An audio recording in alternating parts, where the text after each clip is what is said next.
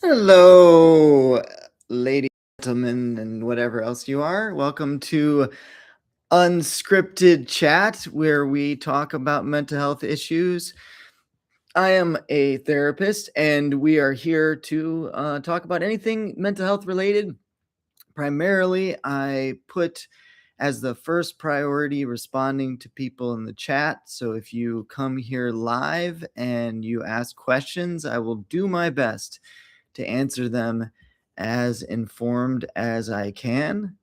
With that said, I cannot guarantee. Oh, thank you for the thumbs up, whoever did that. Appreciate that. That definitely helps the algorithm in the channel as we grow our little community. But I can also, what was I going to say? I cannot guarantee anonymity. So please be careful with what you say because it might not stay here, unlike with therapy with me, where it will go to the grave. Because I do hold confidentiality. Hey, I got a bunch of people that I love coming right in the chat right away. That's awesome. So I appreciate all of you, and I appreciate all of your questions. So I look forward to hearing them. But in the meantime, I'm going to talk about something mental health related when it comes to something that's kind of come up again and again recently, which is what I'm going to say is the unavoidable necessity of repetition in life, and how powerful repetition is, and how we tend to not rely enough on repetition in my mind. What I mean by that is specifically, like, it doesn't matter if it's something we're struggling with or something that someone we love is struggling with. We'll use a tool, and because it's not an instant permanent fix, we kind of feel like we need to go to a different tool when the tool that we picked was already the right tool. We just didn't use it near enough times.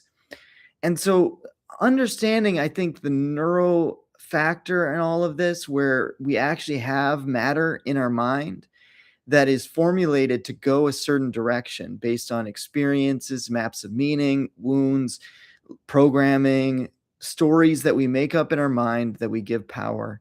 And we've told them so many times that to form a new neuro pathway, to go a different direction, is something that takes a lot of repetition to be able to do. So if you're used to going, this is my go-to example. If you're used to Mary had a little, what popped into your mind, people listening in the chat? What did you think about? Was it a dog? Was it a cat? If Mary had farm animals, was she, lamb. There we go. Someone in the chat said it. She probably had more than just a lamb. She probably had multiple animals. But if we've been so ingrained to say Mary had a little and think of a lamb, then even if Mary had a cat, which was far superior to a lamb in practically every way, then we still will not think of the cat first. We'll think of the lamb first because that's how the song went. Until we start to sing it over and over. Mary had a little cat, little cat, little cat. Mary had a little cat, and it's way better than a lamb, right? And we sing that song over and over and over and over. Then eventually it becomes our default. And there can come to a point where you don't even remember, oh yeah, there was a lamb at one point, right? But it takes a really long time. That it takes years usually to forget that stupid lamb that was just annoying, whereas that the cat was really the cool part.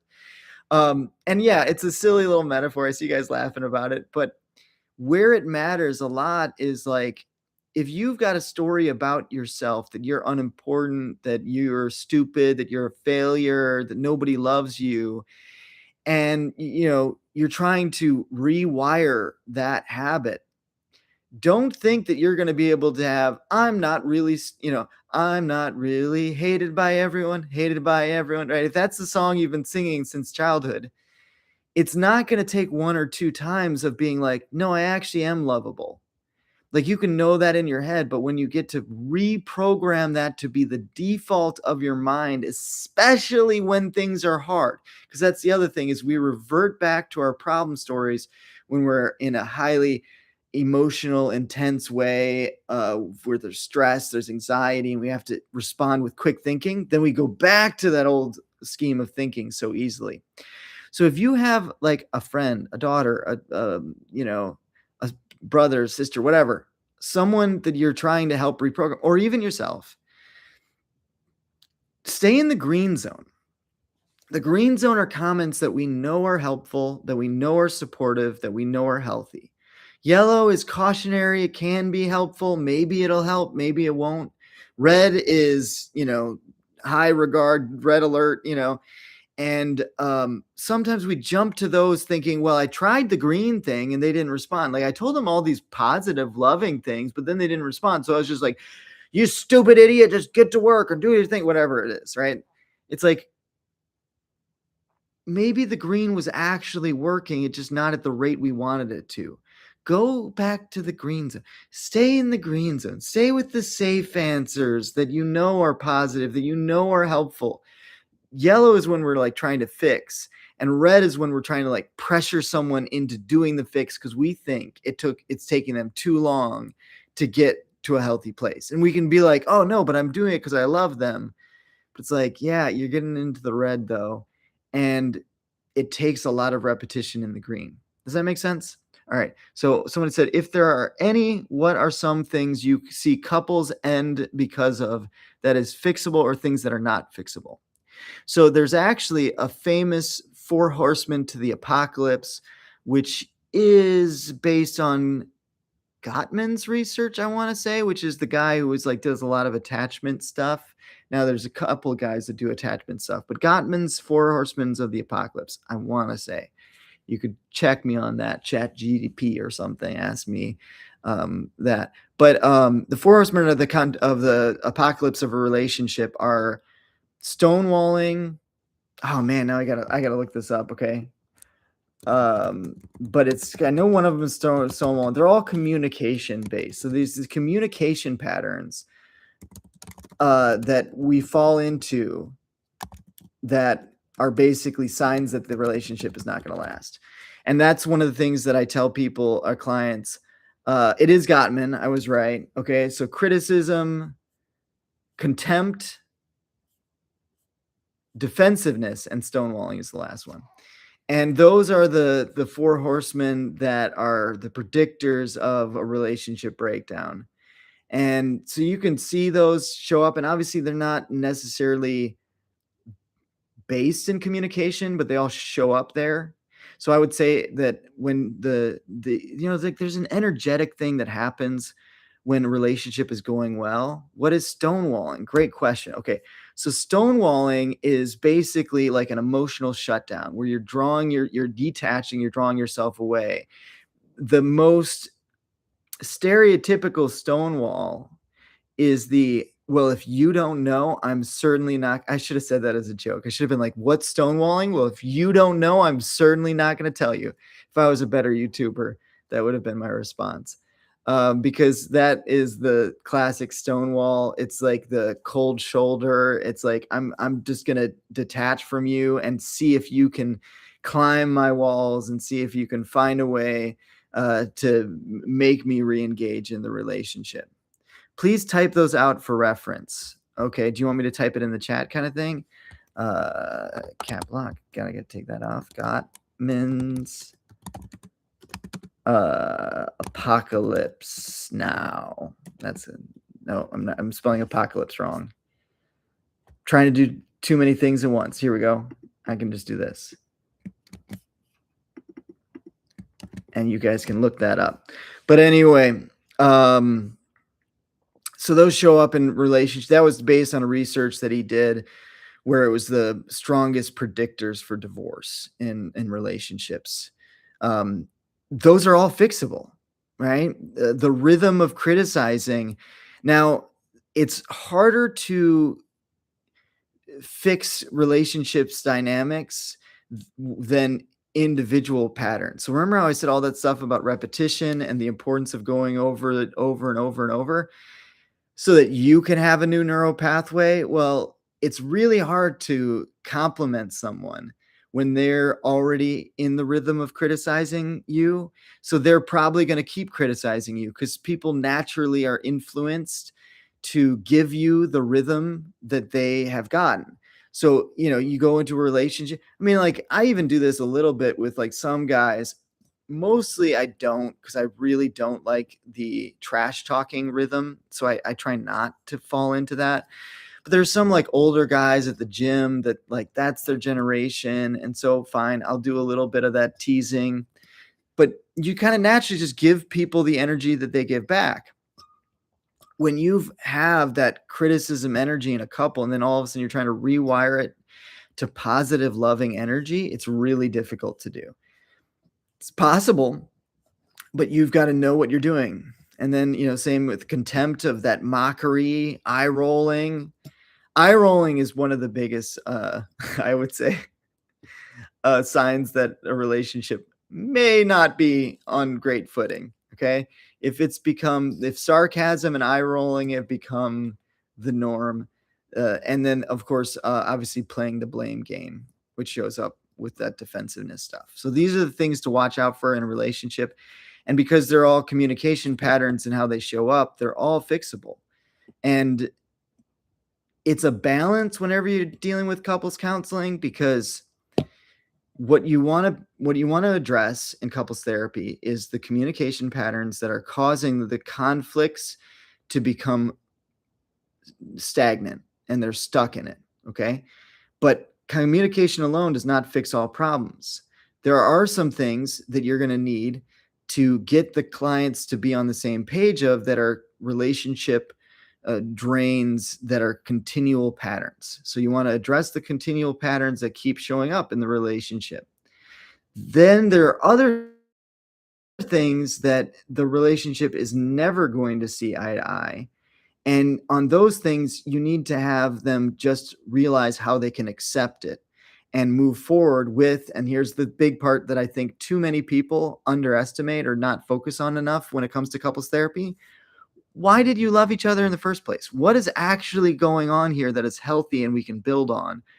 So that's the positive psychology aspect where we're looking at the strength-based stuff. And so you're balancing those kind of different things, okay? Unfixable problems, manageable problems, communication problems, and then, of course, strengths and all the things that are going well in the relationship. And you never want to spend too much time in any one of those, because if you even spend too much time just in the strengths one, they can feel like you're not addressing their core issues that they're struggling with. And let's be honest, there are going to be some things that you cannot fix in any relationship. That's just reality. The thing then is we got to figure out the acceptance to if it's something that is a non-essential. And if there is an essential that is like no matter what, something that the person wants to, go one direction, the other person wants to go the other, and it's incompatible, then there's going to be a relationship breakdown. I mean, and we need to, the better we can find that out, the sooner we can find it out, the better, if that makes sense. So I hope those answered all your questions. I am a lover of wisdom. That's not really a question. That's just a statement, but that's a good thing to be a lover of. You little philosopher, you. Okay, please. All right. I think I'm cut up.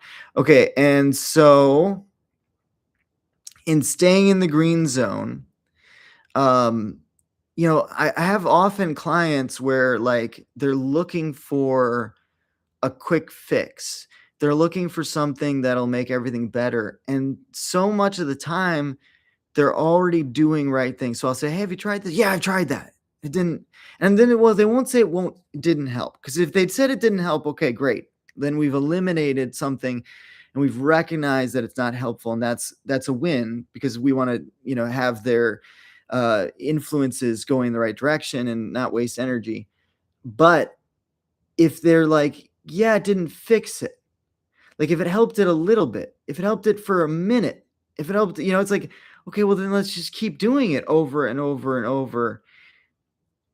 it's like I can't do one lift in the weight room and expect to break records. It works over time as we build the strength. And so much of the therapy skills are things that we need to practice, and then we form new neurons that actually allow us to be able, they're actually, it actually is the crazy thing about brain plasticity, neuroplasticity. Your brain actually does get bigger in certain sections. They've done maps of the brain, and based on the habits people use, certain aspects and parts of their brain, now their heads still stay the same size, but internally, microscopically, and in a way that mattered to how they could function, different aspects of their brain grew. So, in other words, you can actually grow your ability to emotionally regulate. You can actually grow your ability to strategize and think about the future. You can grow in the ability to be more present in the moment, right? You can build all of these skills, but none of them are going to happen tomorrow. But it only if you practice the skill over and over does it actually develop into a life-changing habit and actually change the way your brain functions. By the way, I got another thumbs up, so thanks again for that. I appreciate that. Okay. Are narcissists capable of caring for other people? That's a great question. So, yes. Okay. Narcissists, they are very capable of care, but they're mostly focused on care for themselves. And so if you are not in competition for the spotlight with the narcissist, oh, got another thumbs up. Thank you for that. Then they can be very caring for you. But it's important to understand that narcissists, like any disorder, narcissistic personality disorder is the actual clinical term, which, by the way, is estimated to be somewhere between 1 and, well, 5 at the top and more likely 1% of the population. So it's actually a very small number, but it becomes far more likely in Hollywood and Washington, D.C., and places that have CEOs. Okay. And that's not me being political. That's just the reality. Okay. So when you go to places where people are trying to be famous, this is not that they're all narcissists, but they're far more likely to be narcissists than most people. It's not actually super practical to be super famous. And while the desire to be seen is one that every human experiences, narcissists will sacrifice anything at the altar of more glory to them and being seen more. So basically, yes, a narcissist can care for you, but they will care for themselves as a higher priority. And if you get in the way of caring for them, or them caring for themselves, if you don't fan their flame, then all of a sudden you become enemy number one. There are a lot of people that have narcissistic tendencies. You could even argue everyone can in certain moments, but there are a low percentage of people that are truly classified as narcissists. Let me know if I answered all your questions. Modern society is built on instant gratification. Of course, we want a quick fix. And that's the thing, is that what I'm trying to explain is the neurology behind it, that it's like, it's not only that it can't work uh, in a moment because it's not instant. It can't work because you don't have all of the neurons built yet to be able to fire that direction well enough. Like, it's the same thing with meditation, visualization, exercises. The more you practice them, the more that part of your brain becomes bigger and more capable. And it's, I know this sounds crazy and maybe it sounds too good to be true.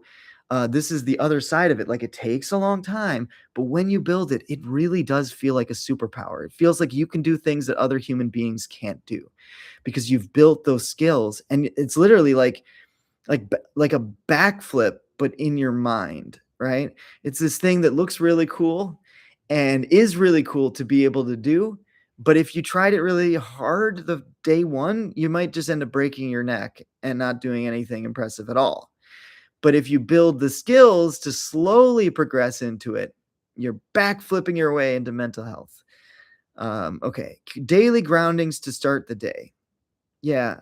And that's, one of the things that is really helpful is to have daily rhythms that are exercises for your emotional and mental health. And, it's sometimes hard to get clients to do it, especially when they're not super pleasant exercises like processing through emotional pain and struggle. That people are like, why would I want to do that? Why would I want to think about things that make me sad? But it's like, even processing sadness is a skill that you become more gifted at. Got another thumbs. Thanks for that too. As you work it, if that makes sense. As a ma who suffers bouts of narcissism, as a ma, you're a ma?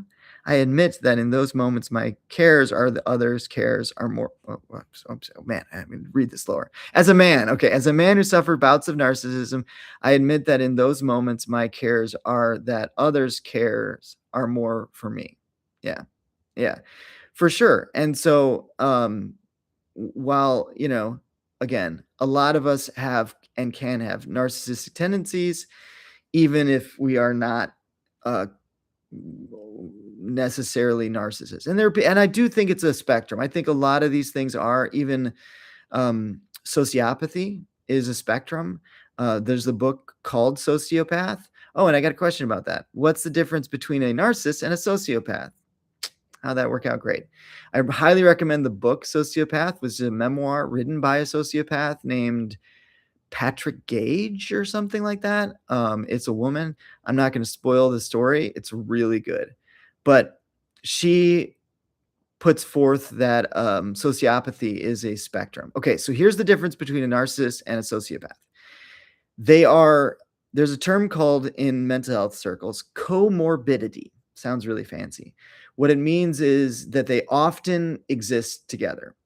So there are a lot of narcissists who are sociopaths, and there are a lot of sociopaths who are narcissists. But there are non-sociopathic narcissists and non-narcissistic sociopathists. Okay, sociopathist isn't a word, and sociopathy is not actually a diagnosis. It's antisocial personality disorder, technically. So there will be a lot of misinformation that you'll read about psychopathy and sociopathy. Okay. In classic modern speech, so psychopathy is known as more extreme version of sociopathy. So it's like, if somebody is just a little bit of a sociopath, we call them a sociopath. But if they're a lot of a sociopath, we call them a psychopath. If they like murder people or whatever, yeah, that's packed. Yeah, it's not Gange. I don't know how to say her last name, but anyway, that is the book. Yeah. So anti-personality disorder individual is someone that has a muted idea of conscience. So they don't feel bad, including when they hurt others. So that's an antisocial personality disorder individual. They have a hard time feeling that gut in the stomach, right? That lets you know, oh man, I just really messed up. I just did something that broke my values. I just did something that hurt someone. And it's important to think of it as a sensor that's not going off. Okay. So if you were not able to feel physical pain all of a sudden, it would not make you safer. It would make you far more likely to be injured. It's not a strength. It's not like all of a sudden you have this superpower. People think of it that way. But those people who don't have the ability to feel physical pain get injured a lot. And so it's very similar with people that are sociopaths, right? Antisocial personality disorder. They can't feel the consequences of their actions. They don't feel that sense of, oh my God, I can't believe I did that. What's wrong with me? I'm so terrible, right? So what they often do is they go to very high risk behavior, breaking laws, sometimes even killing people, to try to create that feeling that they see in others. So they're basically so numb and they're trying to feel something that they can go to extremes. Now, they don't necessarily. And if they're in a healthy environment, they don't have to. So, in the difference between sociopaths and narcissists, there can be a narcissist who is not a sociopath. And if you ever watch the show Mad Men, Don Draper, I think, is a good example. He comes to mind. He is narcissistic. He has delusions of grandeur. He thinks he's always doing everything amazing. He needs constant affirmation. He's good to people as long as they don't get in his way. But if it comes down to it, he's going to, take for himself first. So I would argue he's probably a narcissist. Maybe not in every way, but this is fiction, so we can use it. I don't diagnose people that I haven't actually had in a session, but I can do that with fiction. Okay. Another fictional character that you could argue is a sociopath is actually famous for being a sociopath. It's the character from Psycho, Norman Bates, I want to say. Um, he's not actually a narcissist. So he doesn't actually believe that he's amazing. He doesn't have delusions of grandeur. He's socially awkward. He feels uncomfortable about himself, but he obviously has a tenuous grasp on reality. And if we were getting really into the nerdery of the diagnosis, there'd be a lot of things that Norman Bates would have. Definitely disassociation. So he disassociates into two different personalities, one of his deceased mother, not to spoil it, but it's really old. So if you haven't seen Psycho, then it's kind of too late to feel like I need to have spoiler to that. But anyway, he doesn't have delusion of grandeur. He doesn't think he's amazing. He's not a narcissist, but he is a sociopath. Does that kind of make sense? I find that stuff interesting. I don't know if anybody else does. Sadness is the letting go of anger. Someone smarter than I. Yeah. So anger is primarily protective, but often it is to mask a emotion we're less comfortable with. So very likely processing sadness leads to freedom in a big way. Yeah. Very likely we are feeling sad and we don't feel comfortable with that sad. So it's displaying itself as anger because anger feels stronger, if that makes sense. So we have to let go of that anger to feel the sadness to actually get better, if that's what's going on. I have become comfortably numb. That's a scary place to be. And so then it's like, okay, why am I falling into numbness? What do I need to do to re-engage in what matters in life? And how can I practice giving time to be better and healthier? So Dexter obviously muted, and he's an interesting character, right? Because he genuinely connects and cares for people, even as a sociopath. In the movies, I haven't read the books or shows, whatever, TV shows. But he's got his own like code. He connects with people, but he has a muted response of moral justice. And Patrick Gange, or however you say her name, has a theory that basically sociopathy is a spectrum too.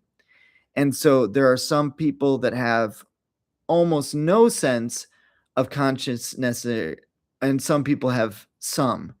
I would argue that the way Dexter is displayed in the show, he definitely does have some sense of consciousness. It's not just a moral code that's intellectual.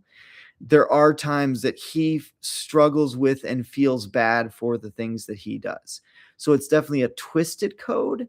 It's definitely not as strong as with your average individual, but he can feel a sense of care for others, empathy, and a sense of breaking his own values and consciousness. So sociopath, yes, but not on the most extreme end. Have you seen the movie Split? I have seen it. It's been a little while. I've actually thought about watching it again recently. I almost watched it the other night. That's dissociative identity disorder that the character has, and it's a silly display of it. And one of them has superpowers, and it's kind of ridiculous. But that's how the person feels. So we have dissociative identity disorder. There used to be multiple personality disorder, but that's the name change that I actually appreciate. A lot of name changes in the mental health world, I think, are stupid, if I'm being honest. But multiple personality disorder is not as accurate as dissociative identity disorder, because that's what's happening. I got another like. Thank you, guys. Our personality is getting split into different parts of ourselves. So they're all real parts of ourselves. It's all us. And it's developing into different facades, different personalities, different identities. because of a trauma or amount of pain that we're experiencing. And there's a part of us that thinks, well, like that version of myself is being too cowardly, so I'm going to push myself in this other capacity, if that makes sense. Okay, Reacher, my favorite sociopath. Interesting. Oh man, is Jack Reacher a sociopath? I had to think about that one. I love the Reacher shows and movies and stuff like that. I would say he would definitely not be on the extreme ends of sociopath. He definitely has his a very strong sense of values that are just his. Um, but there is definitely, I got another thumbs up. There's it's like, how did this turn into a diagnosing fictional characters day? I don't know, but I guess that's where we're going. From him, it was just another comment in the wall. I don't know. Richard not catching the Pink Floyd reference makes perfect sense. Um, I I love pink. I'm pretty in pink. What are we talking about? Is God, the Holy Spirit, the only one who can change or fix a selfish heart? So this is mostly asking for a friend. Okay, so this is mostly a clinical mental health counseling channel. For those you know, I'm definitely a God-centric individual. I don't. Hey friend. Okay, asking for a friend. I don't know what's going on there, but anyway. No. I definitely think like there's a reason in AA that anonymous friend. There's a reason in AA that we have even in that a giving over to a power greater than ourselves that can restore us to sanity. There's obviously an evidence-based approach when it comes to this submission to something beyond ourselves. So if the trap is the ego that we've been captivated by, then it makes sense that a release from the ego is going to take something greater than ourselves. Okay. So would I say, what does that look like?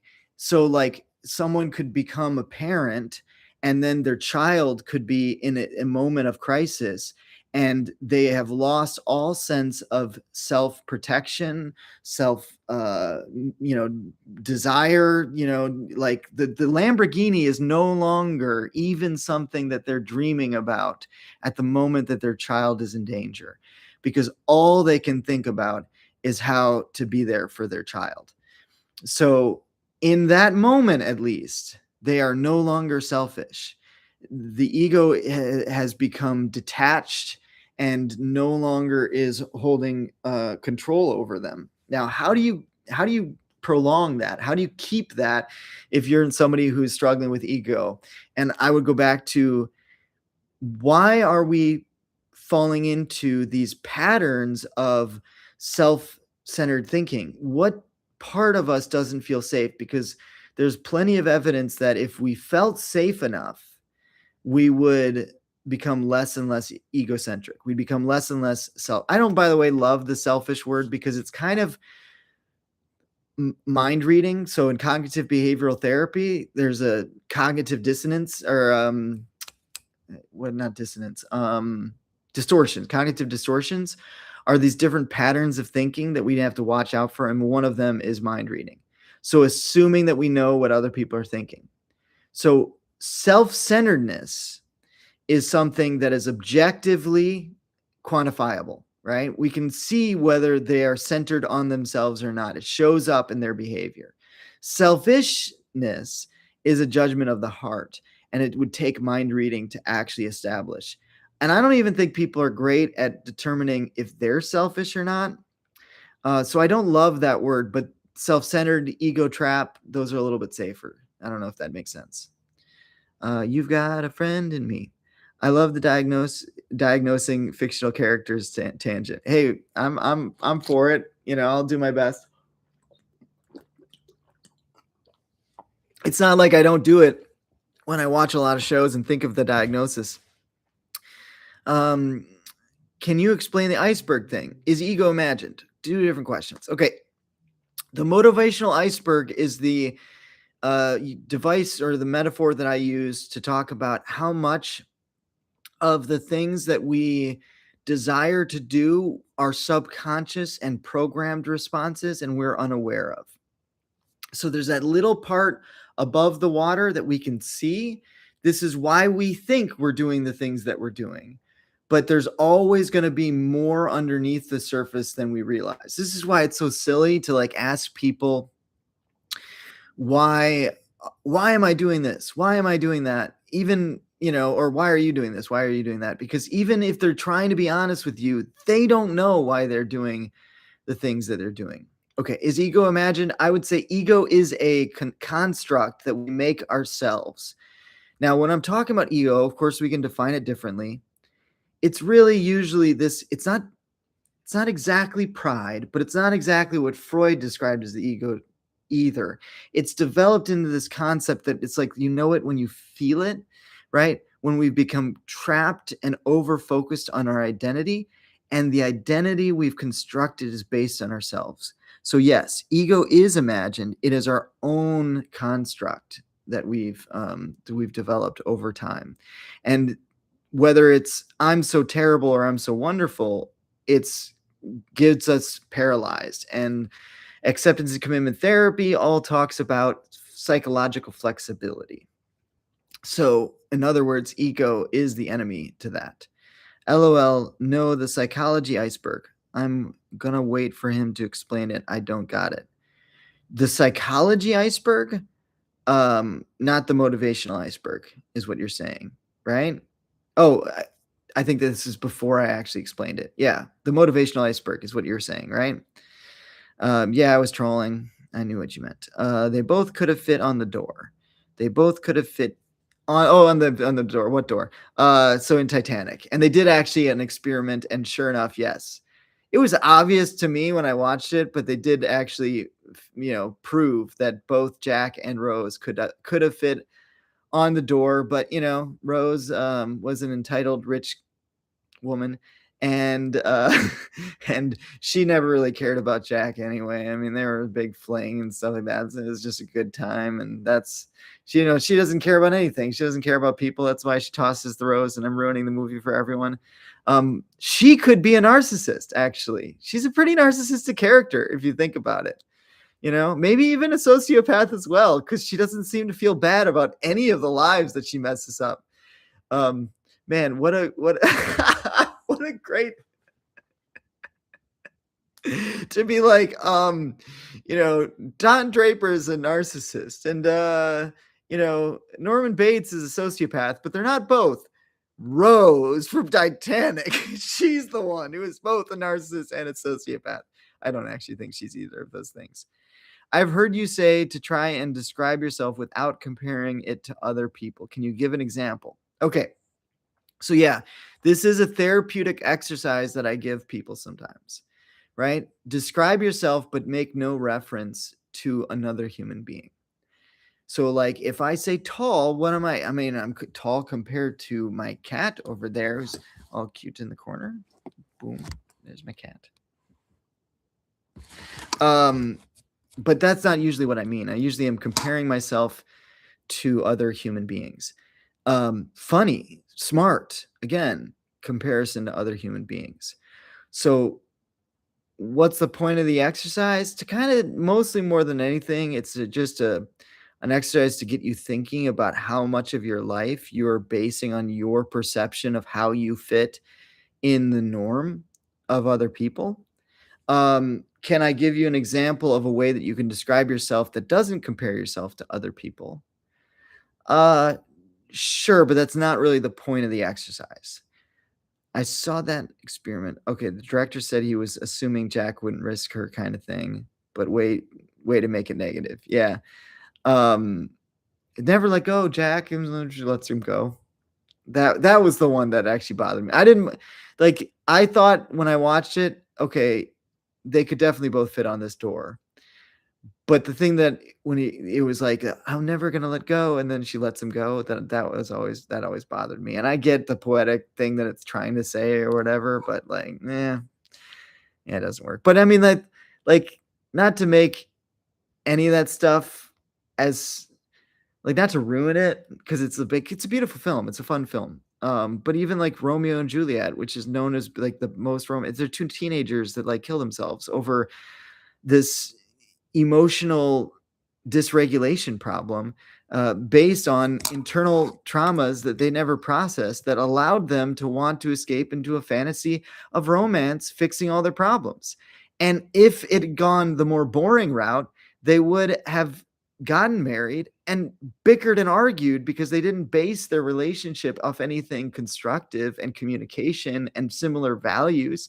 So it was going to end up being a titanic waste of time one way or the other. So that's my that's my cynical my cynical debunk or rebuttal to both Romeo and Juliet and the movie Titanic. Um, terrible, terrible on a clinical level, but very fun on the falling away in fantasy. Right? It's the same thing with John Wick and like The Equalizer and other movies like that. Super fun fantasizing about like basically revenge porn, for lack of a better word. But if it happened in reality, these would be terrible individuals that, yes, absolutely would be sociopaths. Leonardo played in both. That's true. Romeo and Juliet, he was in that movie as well. And Titanic. Yeah. But that's okay because movies don't have to be accurate and they don't have to color in the lines all the time. As long as they tap into one feeling that moves us and can kind of personify that, as long as we don't get lost in it and we start to, make it our entire lives, it's like they're not one dimensional necessarily, but they're never multidimensional. Reality is always far richer and more complicated than any movie can display. All right, where are we? He's also the Wolf of Wall Street. He's got issues apparently. Well, I think he enjoys intense characters. I mean, the Slave movie with Tarantino, he plays a terrible evil character. I don't think that's because there's evil in him that he wants to explore necessarily, but I think as an actor, he finds it fun playing very dynamic characters that are very intense, and that's a way to have it flourish. I can't remember who it was that said it, but there was an actor who said that like evil characters are more fun because you can be more animated and extreme to play those characters. But anyway, back to the mental health focus. What were we talking about? There was a question about mental health that I didn't know if I fully answered, and now I can't find it in the chat. We've gotten so distracted onto yeah, hi cutie. Hi, sweetheart. You want some attention and love? All right. I'm lost, guys. You got to give me a new question or ask a repeat question if you don't feel like I've gone over it enough because I got so distracted on our I've got not a question, but I'll have a statement about cinema in transition that hopefully will be mental health related enough. There are moments, and I don't know if it's true for all of you, but there are definitely moments in my life that cinema has changed the way that I look at life. And my go-to example for that is the movie Arrival. Because while a movie that's very philosophical and some people just see it as fun sci-fi and other people see it as like meaningful life story stuff, for me the premise of that film on a philosophical level was about seeing life as a whole and just embracing it with the tool of acceptance. And I watched it in a season of my life that I was struggling with acceptance for sure, because my life was not turning out the way that I had planned that it was going to. And for a while, it looked like it was going to. Like, for a while, more than not, my life was as I thought it was going to be. And then that all went away. And I'm watching this movie, And it's basically about embracing the journey, even knowing where it's going to end is not necessarily where you want to be. And in that moment, again, just like in the other things, overly simplified, it really did change the way I look at my life. It really did change the way I saw myself, and the being able to be more present and experience life in a deeper and richer way.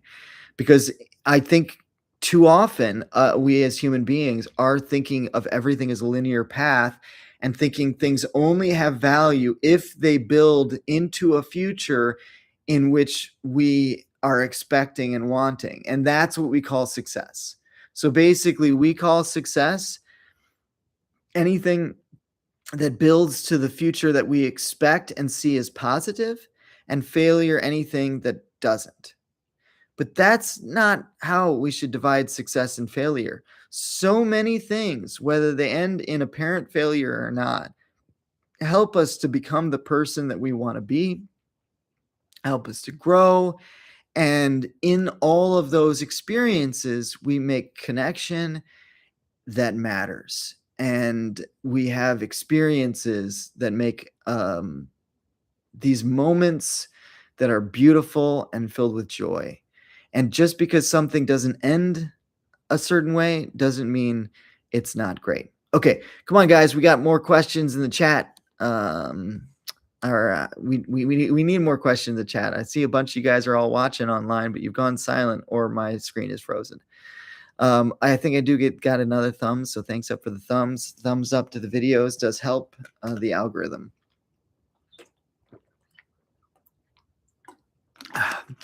All right. Have you seen The Life of Pi? I've heard people say the animal version was a coping mechanism type thing. I have not actually seen the whole movie. I've seen like clips of it. So I can't intelligently say The Life of Pi, anything about The Life of Pi, but I have heard that it's a deep movie that's very symbolic. And there are a lot of movies that play more on a symbolic level than they do on a objective one. But unfortunately, I'd have to watch it to I'd have to pay attention to it to be able to make a comment. My first counselor suggested to me that I wasn't sad at the failing state of my relationship, but I was grieving the loss of my idea of what my relationship was supposed to be. Yeah, absolutely. So, like, one of the things that we grieve most in a lot of losses of a relationship is ourselves, because the version of us that we identified was based on that relationship. And so it's like, it really is, talk about a deconstruction of the ego, right? Our sense of self has died. And then it's like, it can be therapeutic anytime that happens, even though it's super uncomfortable. And I'm not saying it's always good. I'm just saying it can be therapeutic. Destruction of the ego can be some of the most painful experiences of our lives. When people hear about who, or even knew who I used to be and experience me now, I have people been like, how did you grow? How did you heal? How did you do this? And when I tell them everything that happened in my life that led to the moment where I, started my growth process, let's be clear, it was a process. It didn't happen overnight, even though there was these pivotal moments. They're kind of like, yeah, no thanks. Like, it's this life improvement course that no one would sign up for, because I lost everything and had to grieve over my idea of what my life was supposed to do, and still do, if I'm honest, at times have to grieve over that. Sometimes we feel things we can't name: grief, longing, regret, hope. Films give those emotions shape in a story.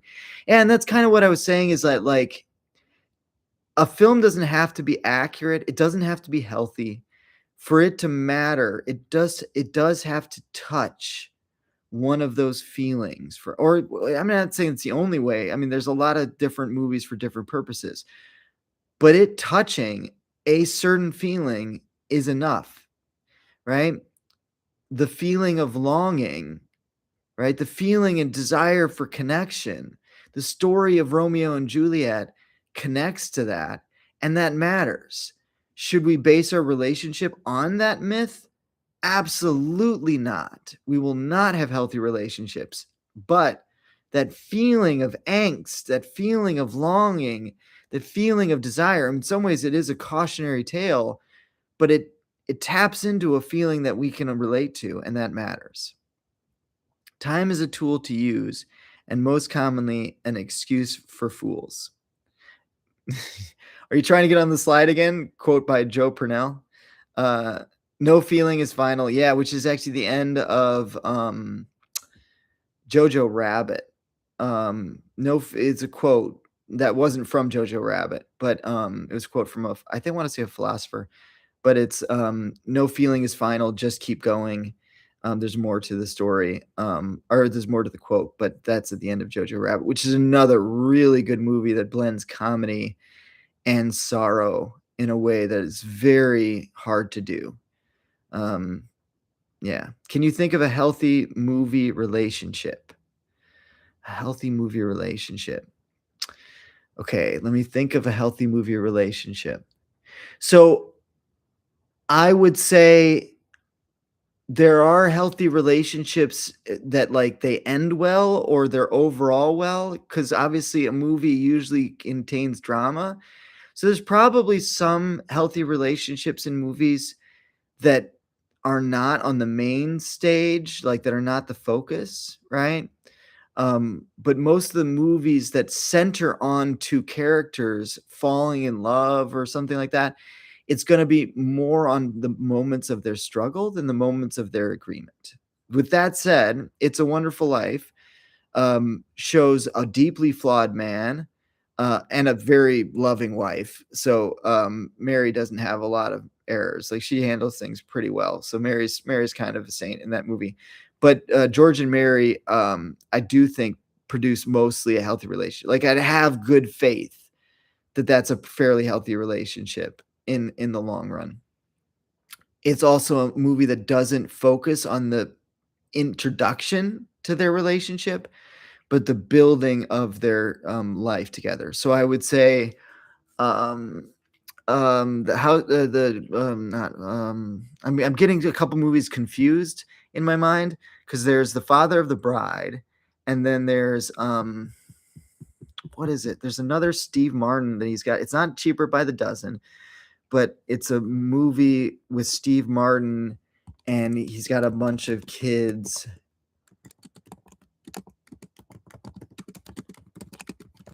And this actress plays his wife. Uh, what is that movie called? It's so much like um, Father of the Bride, but it's not Father of the Bride. It's like, is it Parenthood? Um,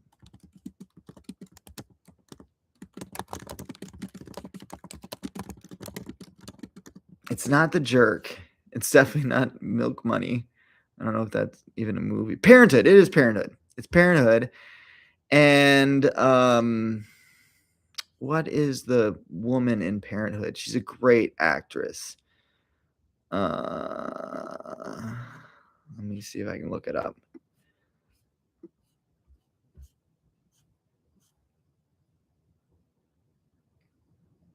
I can't find her name right off the bat.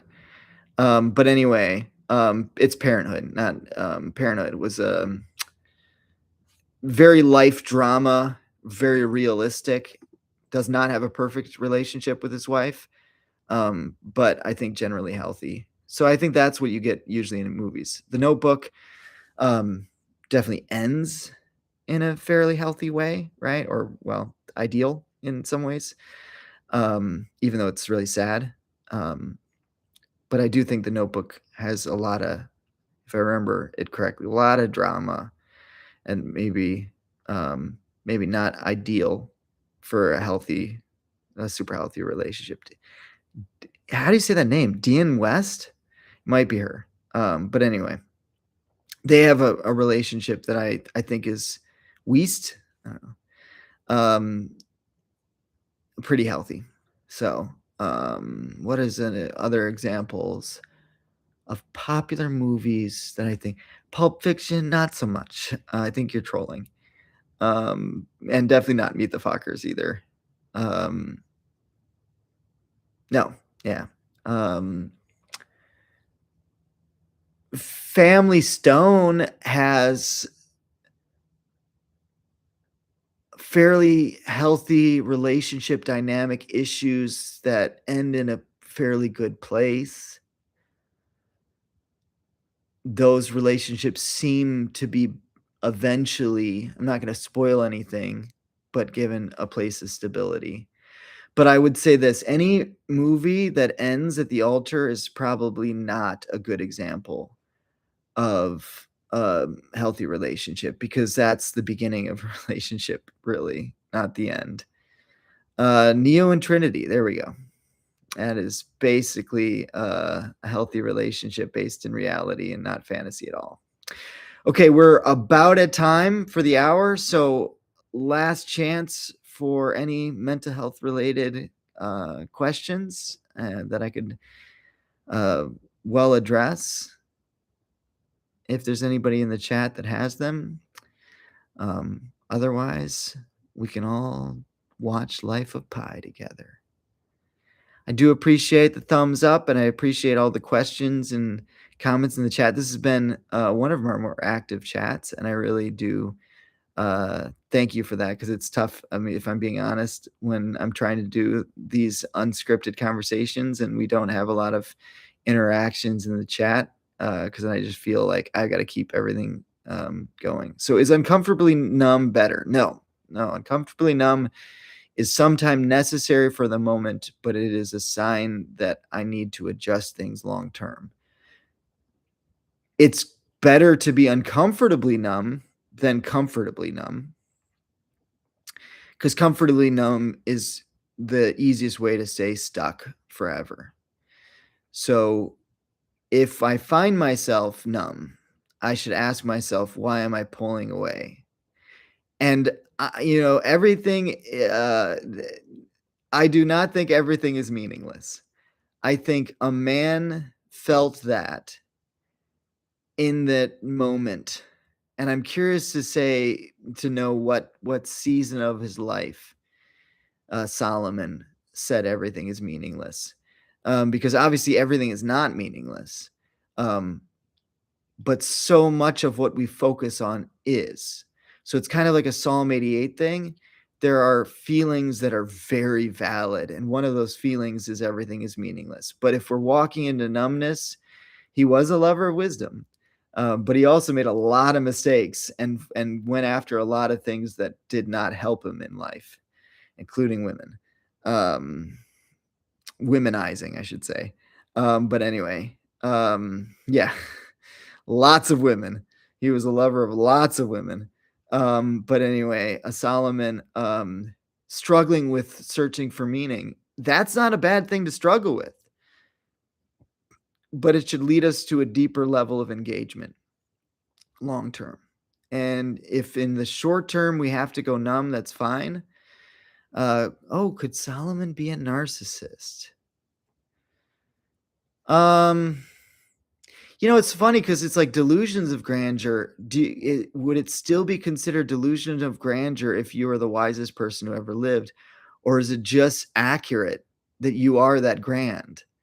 Um, I would think it would be hard for someone like Solomon to not fall into narcissism. I think he would probably fit most of the diagnosis of narcissism. A good woman who can find. Well, not Solomon, that's for sure. All right, so focus on engaging in what matters is the broad strokes, is a response to numbness that'll help you progress in life, if that makes sense. Okay, with that said, we are at the top of the hour, so tune in next time for Unscripted Mental Health Chat. Same bat time, same bat channel. So if you're watching this at some other time, if you come live next time at 7 o'clock, you can participate in the chat, and we would love to have you. Thank you. Love you all. I really appreciate everybody who contributed in the chat and those who are watching around the world. Have a good night.